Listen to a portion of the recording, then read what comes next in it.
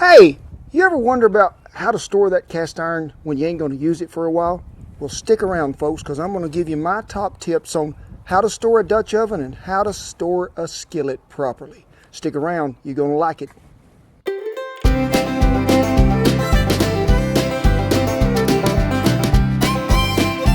We're talking about storing some cast iron. First thing, most important thing before you ever store it, is it cleaned really well? Is it seasoned from the last time you use it? That is most important. And also, where do you live? You live in the desert, or you live somewhere down there in Florida where it's humid and swamps and you got moss growing in the trees? Humidity plays a big factor on storage, I promise you. Now, if you're storing a Dutch oven, and so many people just think, well, I'm through with this rascal. I'm just going to slide him under a shelf in the garage. He'll be good to go. That ain't proper, folks. There's 2 or 3 different things you can do. Now, a Dutch oven got to breathe, and we in really good luck for today because I got minions to help me make mine breathe. So all you got to do is get you 2 or 3 of them, fold them up here, put the lid on. Now what you got? A wick. Air can transfer, it can circulate. It ain't going to get no moisture in there. But say you live off down there in that swamp country where the moss grows on the trees, and you walk outside and you just automatically begin to sweat. What you going to do when you store iron then? Rice, folks. Rice is what's happening. So you just rip the top off this bag, cover the bottom with just a thin layer. Still, you need to let it breathe. Put the lid on it. That rascal will go through a hurricane nearly if it'll stay put on the ground. It is good. That rice is going to get any moisture that might accidentally get through there. Also, there's one more tip I learned from a friend a while back. My ovens, when you take them and you don't smell nothing in there. But say you're a little bit worried about that sometimes when you store one for a really long time, it's got a little odor. Well, there's one thing you can put in there that will get odor and moisture both. I know what you're thinking. No, it ain't odor eaters. Get you a little charcoal. You can use hardwood and lump charcoal. You can even use them little old non-seasoned briquettes, but I like to just use burnt wood. Dip it out of there after it cools off. Just save you some of it. Just drop them chunks in there. Put the lid on it. Still need to let it breathe a little, I promise you, with this here minion paper towel. It'll work well. Now, we're talking about storing skillets. I always store mine in the house.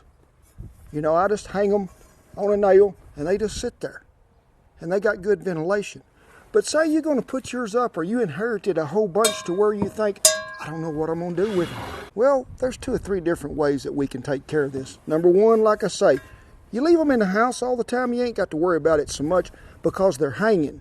Now, I put mine in the cabinet this way. I put mine in a cabinet that way. Now you can see these 2 little pour spouts. There's a little air going to get under there. I don't like to store them like that. I like to hang them. But say you inherited a bunch of cast iron and you think, I'm going to put it in the root cellar down there. Soon as I make room for all them jars of moonshine you got stashed in there, drink them up, then we'll put these skillets in there. You can layer them with newspaper, 2 or 3 deep, pour you a little rice, stick her back on there again, stack them up, good to go. But an old timer told me this trick here many years ago. Take you a little rice, paper sack, slip her in there, zip tie. Used to use baling wire or duct tape, but now these things have come out. You can just zip tie that rascal right on there if you're smart enough to know which end goes in what. There you go, folks. You're good to go. Remember, when you're storing iron, most important thing, is it clean? Has it been seasoned? Is it good and dry? Then you can store it.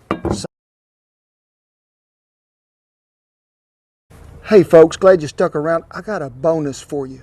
Now, I had this dream the other night that I was going into heaven and St. Pete stopped me at the gate and had too much luggage. He said I couldn't bring all that iron.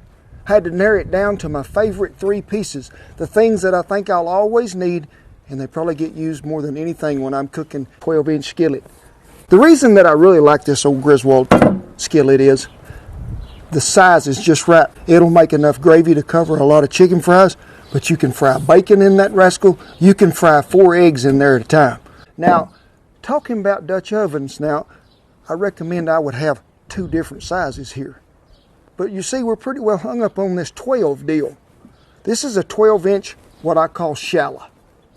Now, this is good for also baking biscuits outside, also for cooking some brownies, stuff like that.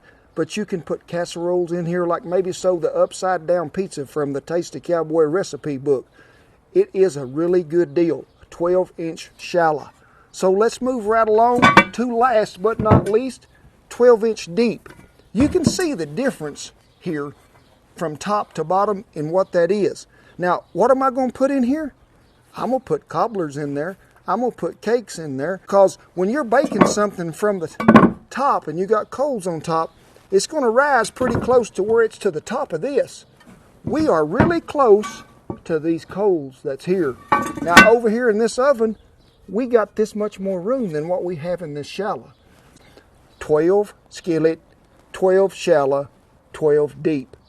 Folks, you can't ask for no more than this, and St. Pete will let you in at the gate when you just got 3. So glad you dropped by out here outside today. It's a beautiful day. I hope you learned something about storage and how to store it. Remember, got to be clean first. Don't get me wrong on this storage deal. We cook 365 days a year. But if you think you got to take a break, don't leave it no longer than 2 or 3 days. Get it back out and cook something. You'll starve to death.